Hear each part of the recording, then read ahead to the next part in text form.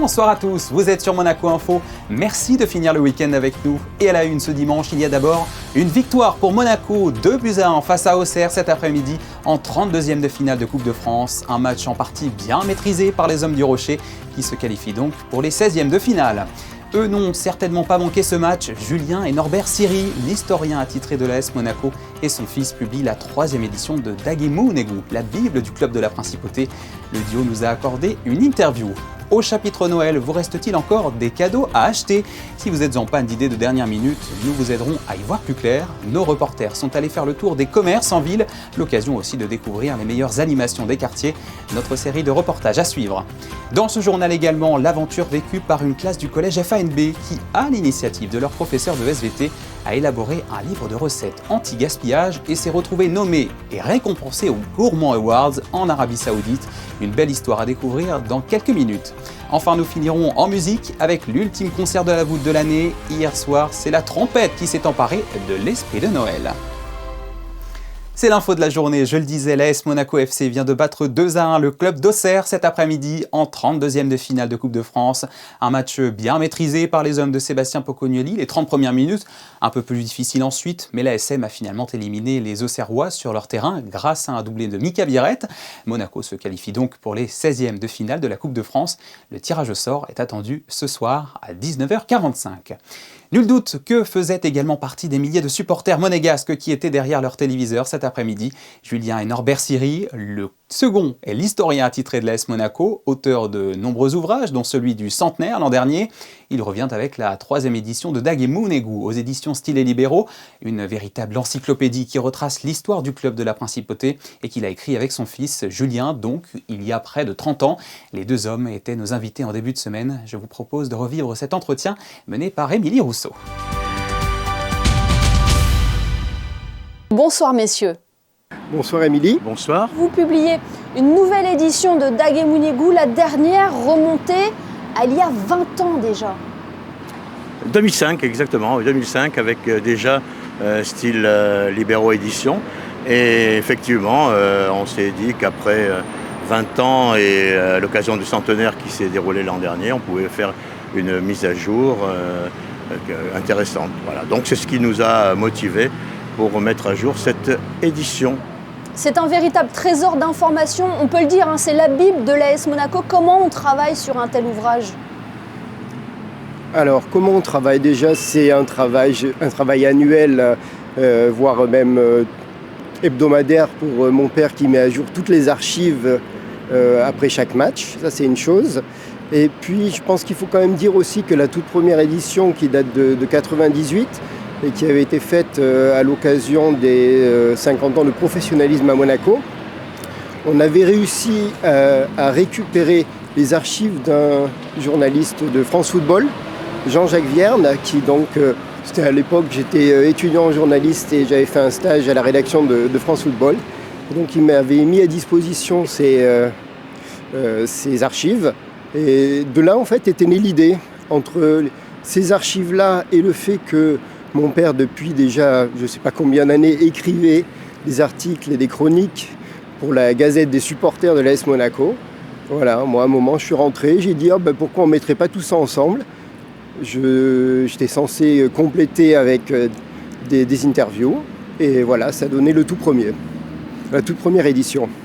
Oui, il n'y a pas seulement que des résultats et des statistiques, on y retrouve aussi de nombreux témoignages, messieurs.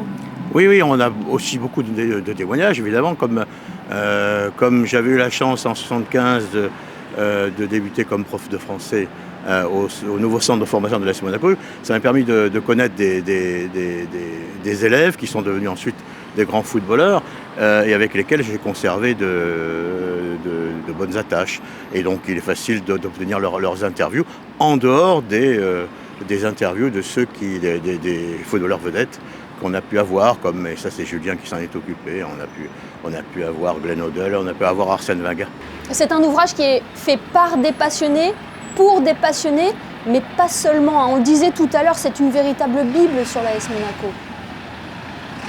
Oui, normalement, vous avez absolument tous les résultats possibles et imaginables, les statistiques, là, et l'historique presque complet Moi, je voudrais citer à cette occasion un autre supporter encore plus féru du club que nous. C'est un Hollandais, je ne sais pas pourquoi, avec les grands clubs hollandais qu'il y a, pourquoi il s'est amouraché de l'AS Monaco. Il s'agit de Rolf Jager, qui lui est un archiviste et même chercheur, puisqu'il va souvent d'Amsterdam à la Bibliothèque nationale de France pour chercher, fouiller dans les archives et trouver toujours des trésors d'informations. Je voulais donc le citer parce qu'il nous a aidés indirectement dans l'élaboration de cette encyclopédie. Norbert, Julien, ce qui est fascinant aussi et attendrissant à voir, c'est que cette encyclopédie, elle est réalisée en famille. C'est une histoire vraiment d'une passion qui ne s'éteint jamais. Ben oui, écoutez, moi j'ai toujours été passionné par l'AS Monaco depuis 1960, date de la première victoire en Coupe de France. Et puis après, comme on dit, ping-pong. Et donc j'ai fait de mon fils un autre supporter qui s'est intéressé également à l'histoire de l'AS Monaco et à son actualité notamment. Et c'est comme ça qu'est né cet ouvrage qui est effectivement une collaboration familiale, ce qui est peut-être rare dans l'histoire de la littérature sportive, mais en tout cas, nous, ça a bien marché, ça a bien fonctionné. Voilà. C'est une belle histoire de transmission et finalement, c'est peut-être ce qu'on veut aussi avec ce livre, transmettre aux supporters et aux futurs supporters. Et ce livre, messieurs, vous le dédiez naturellement à une figure de l'AS Monaco, Jeannot Petit. Bien sûr, Jeannot est une légende de l'AS Monaco. Je crois qu'il n'y en a pas beaucoup. Il y a Jeannot Petit qui malheureusement nous a quittés. Il y a Jean-Luc Ettori, il y a Delionis, il y a Claude Puel. Donc il y a quelques légendes comme ça. Et Jeannot est malheureusement la légende qui nous a quittés l'an dernier, à l'occasion justement lors de l'année du centenaire. Donc je pense que c'était la moindre des choses que de lui dédier le livre. Eh bien, merci beaucoup, messieurs, d'avoir été nos invités ce soir. On rappelle donc la sortie de la 3e édition de Daguet Mounégou, un cadeau incontournable pour tous les passionnés de l'AS Monaco, à retrouver en librairie et sur le site déjà disponible www.daguetmounégou.com. Merci Norbert, merci Julien Siri d'avoir été avec nous ce soir. Merci Émilie. À l'approche de Noël, les boutiques ne désemplissent pas. Entre les clients très organisés qui viennent compléter leur panier et ceux qui attendent la dernière minute pour chercher le cadeau parfait, si vous faites partie de ces derniers, Marie Bonnet-Blanc et Marie FB sont allées glaner pour vous quelques idées. Bonjour. À quelques jours de Noël, cette maman fait partie des retardataires. Il lui manque encore un cadeau pour une amie de sa fille. Le temps presse, il faut trouver vite et faire le bon choix. Un mascara en gloss ou... je vous Allez go. Bonjour. C'est pour faire le cadeau. Je vais vous faire un petit coffret d'exemple. Lui, c'est un petit truc à 3 produits où vous pouvez l'utiliser pour le blush, comme blush, ou à l'exemple, vous pouvez l'utiliser comme baume. Allez, go. Ou j'ai aussi lui, qui c'est juste un baume. Allez, les 3, ça c'est bon. Allez, je vais vous faire un petit coffret. Ouais, s'il vous plaît, merci. Quelques minutes suffisent, le cadeau est choisi, emballé, prêt à être offert. Pour Lala, cette fois c'est bon, la liste est bouclée à l'approche du jour J. Donc j'ai pris les bricoles d'adolescente. Juste avant, c'est des cadeaux un peu personnalisés pour mes amis aussi. On est au complet. Chacun a son organisation en ce qui concerne les cadeaux de Noël. Certains s'y prennent largement en avance, certains peaufinent quand d'autres fonctionnent en last minute. Chacun sa stratégie et ça chaque année. Ah oui, last minute pour mon fils avec les Carlo, très sympa. Reban pour le fiston, donc je suis venue avec lui pour être sûre du cadeau et pas me tromper dans la couleur, les lunettes, quoi, voilà. Là, les derniers, oui, c'est en last minute, ouais. On commence début décembre. Un mois avant, on n'y arrive pas. Pour les commerçants, c'est une période clé. Accueillir, conseiller, proposer les bonnes offres. Tout est fait pour séduire les clients jusqu'au dernier moment. Soit on peut utiliser des cartes cadeaux qui, alors la personne vient et choisit ce qu'elle a envie, ce qui lui plaît. Et on a aussi des cours de maquillage qui sont très prisés. On a aussi du conseil maquillage, des maquillages aussi. On fait du maquillage de 1 demi-heure ou de 1 heure avec les make-up artistes chez MAC. On a aussi des coffrets qui ont été faits cette année qui sont magnifiques avec des combos à des prix intéressants. Très organisé ou adepte du last minute, peu importe, l'essentiel c'est qu'à Noël, chacun trouve un cadeau sous le sapin. Et si l'on trouve la magie de Noël chez les commerçants qui rivalisent de créativité pour vous émerveiller, on la retrouve aussi et surtout dans les rues de la Principauté, bien sûr. Entre illumination, animation et vitrines féeriques, Monaco se transforme en véritable décor de conte à ciel ouvert pour faire rêver petits et grands.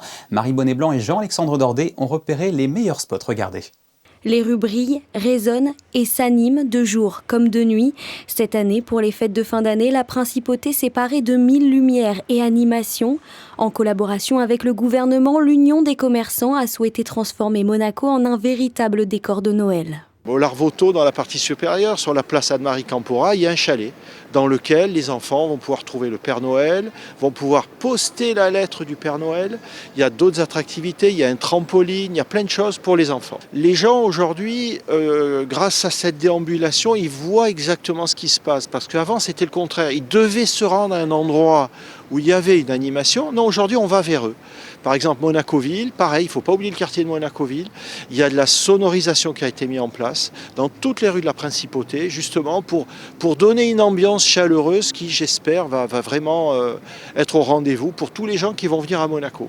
L'objectif est clair, faire rêver, mettre des étoiles dans les yeux des enfants, mais aussi dans ceux des plus grands, rendre la Principauté toujours plus attractive et offrir aux visiteurs un souvenir inoubliable de leur passage à Monaco. C'est en tout cas l'ambition portée par le gouvernement. Déjà, on a nos clients captifs, les résidents et les monégasques, mais surtout Monaco a cette image d'excellence, de différenciation, je dirais, sur la qualité de l'offre.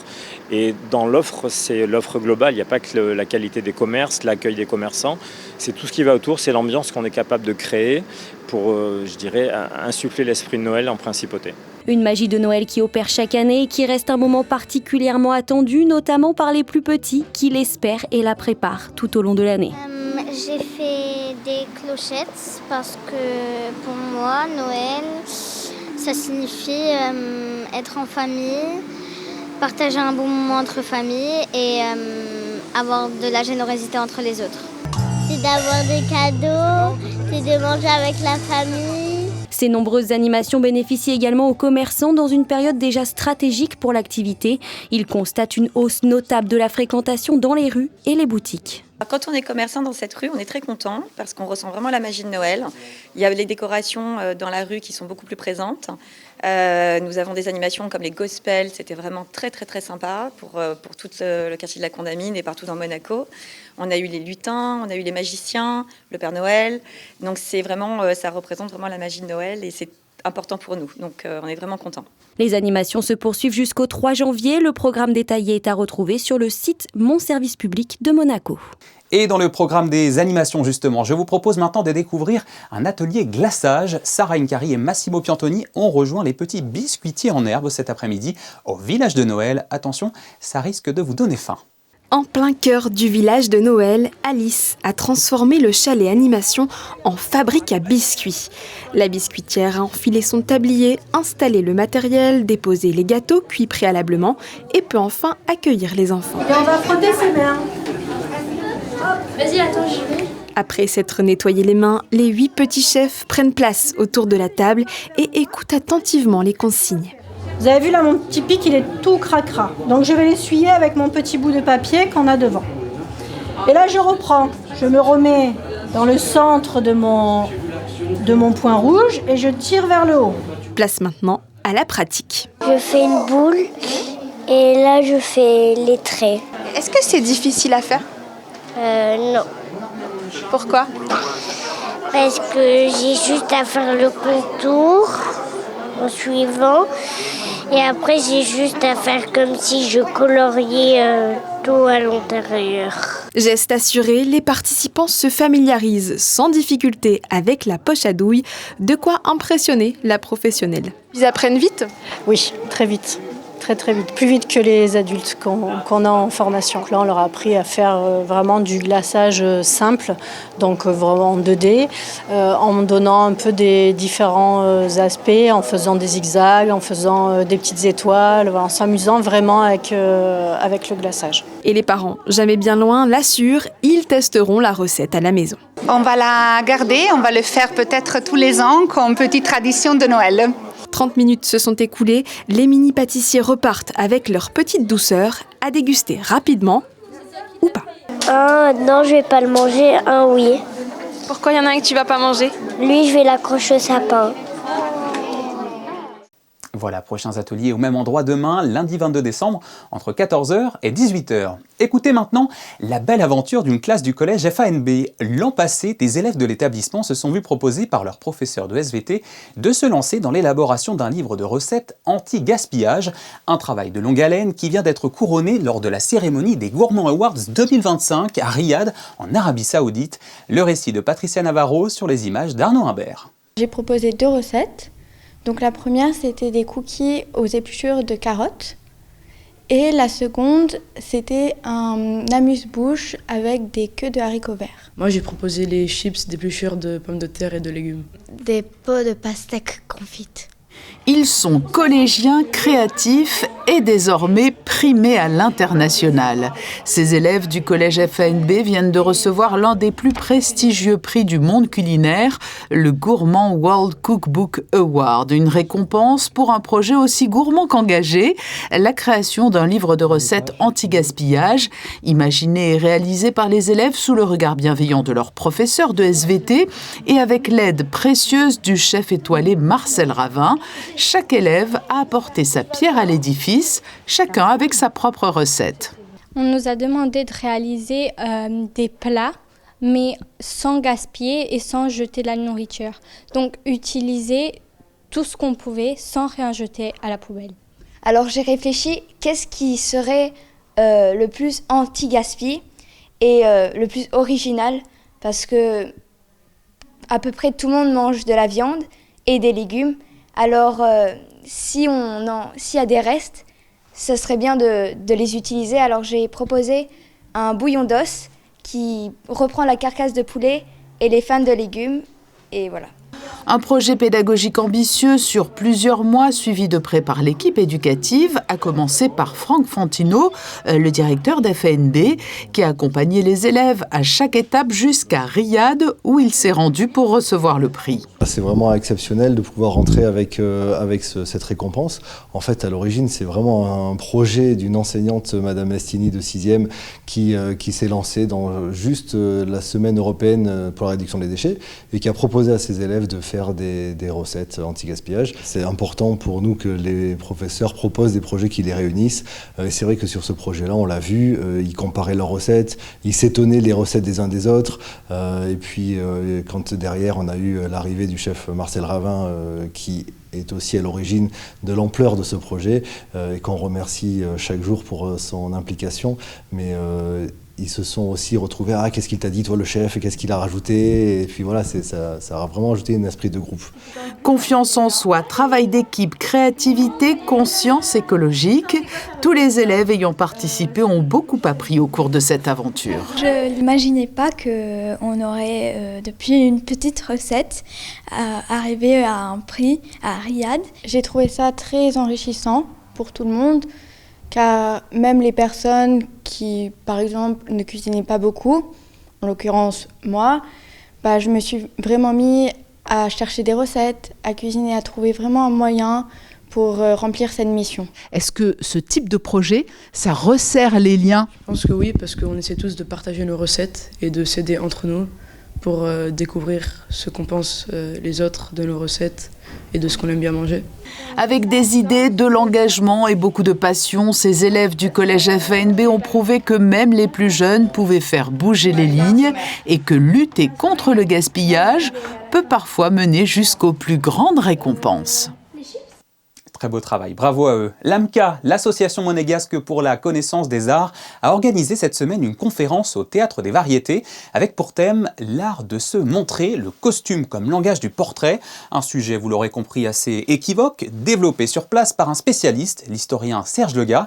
Toutes les explications de Fabien Bonilla sur les images de Camille Caloni. C'était la 3e des 4 conférences prévues par l'association monégasque pour la connaissance des arts, l'AMCA. Cette année, la thématique générale tournait autour de la mode, utile ou futile, et cette conférence avait pour thème l'art de se montrer, le costume comme langage du portrait. Et pour en parler, l'historien de l'art, Serge Lega.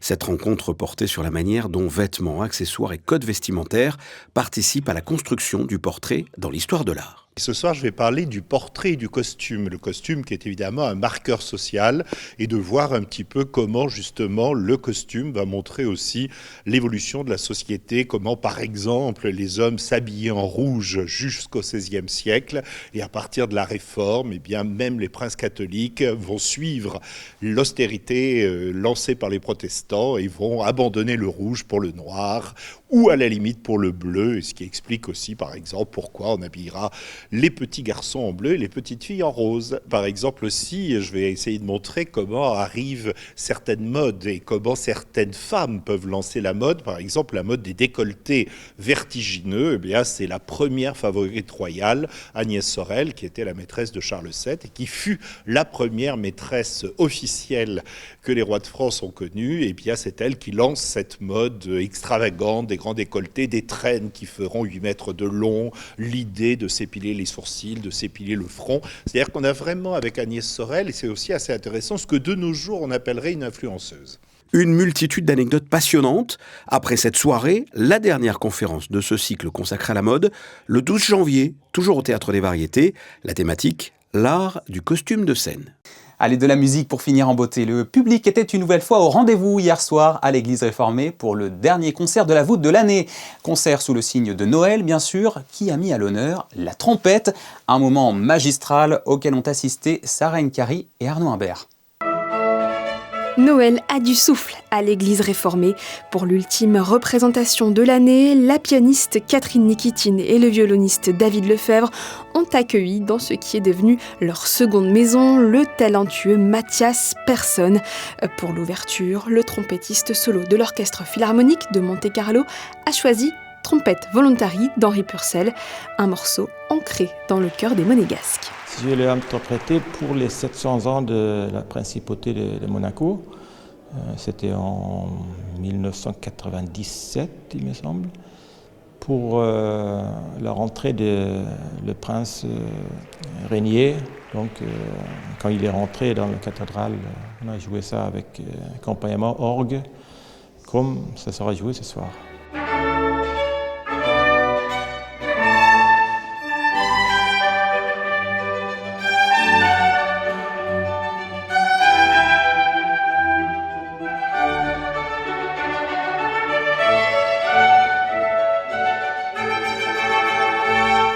Une œuvre suivie d'un concerto de violon et trompette de Telemann, d'un concerto de Johann Nepomuk-Hummel et enfin d'un concerto d'Aaro Tounian.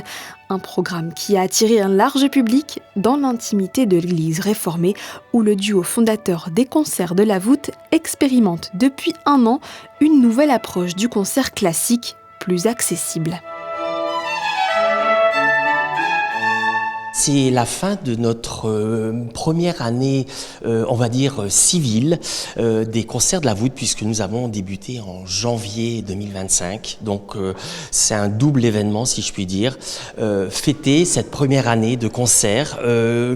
Ces concerts ont vu se développer d'une très jolie manière, d'une très jolie façon, avec un public de plus en plus nombreux. Mais aussi, c'est pour nous un concert de Noël. C'est très important pour nous de souligner ce moment de l'année. On a besoin d'amour, on a besoin de réconfort et je pense, et nous pensons que la musique est parfaite pour cet événement.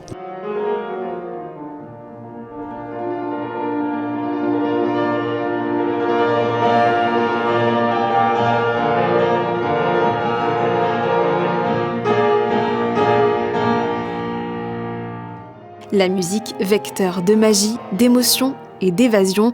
Prochain rendez-vous le 17 janvier pour un voyage au pays du soleil levant.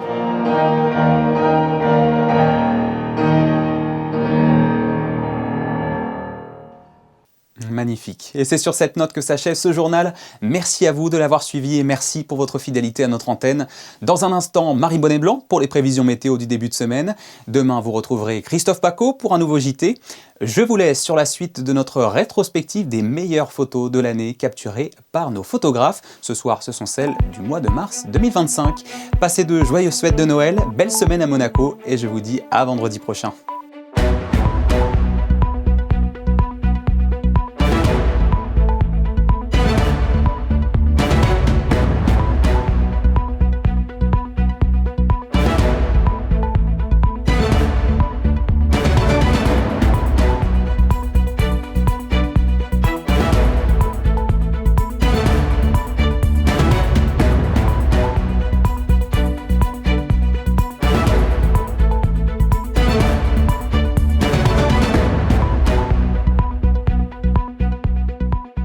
Retrouvez la météo avec Suisse Courtage, votre partenaire de confiance en assurance à Monaco. Protection sur mesure pour particuliers et professionnels.